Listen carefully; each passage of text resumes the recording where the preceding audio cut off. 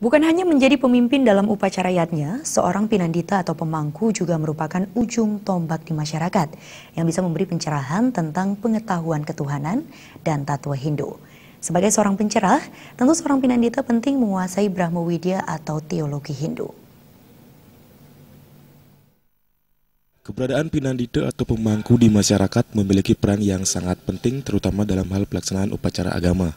Namun tak hanya sebagai pemimpin atau pemuput upacara, pemangku juga merupakan ujung tombak di masyarakat yang bisa memberi pencerahan tentang ketuhanan, keagamaan, serada maupun bakti kepada umat.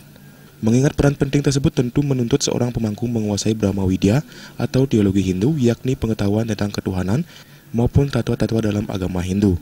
Demikian disampaikan oleh Ketua Pinandita Sanggeraha Nusantara Korwil Bali, Mangku Nyoman Parbesana, di sela-sela pembukaan kursus Brahma Widya di Gedung PHDI Bali hari Minggu kemarin. Kedepannya pemangku atau pinandita agar bisa memberi pencerahan kepada umat. Jadi tidak hanya mengantar banten saja sebagai kewajibannya, juga pemangku ke depan akan diwajibkan juga bisa memberi pencerahan kepada umat. Hal senada juga diungkapkan oleh Ketua Parisade Hindu Dharma Indonesia Pusat, Majen Purnawirawan Wisnu Bawo Tenaya. Untuk meningkatkan kualitas seorang pemangku, dalam hal pengetahuan tentang ketuhanan dan kerangka dasar agama Hindu, pihaknya sangat mendukung kegiatan seperti kursus Brahma Widya atau teologi Hindu yang digelar PHDI bersama Pinandita Sanggeraha Nusantara. Sangat amat penting ya untuk pendidikan ini, untuk meningkatkan kualitas sumber daya manusia. Ya. Tuhan telah memberikan semuanya ini sempurna, tinggal bagaimana kitanya.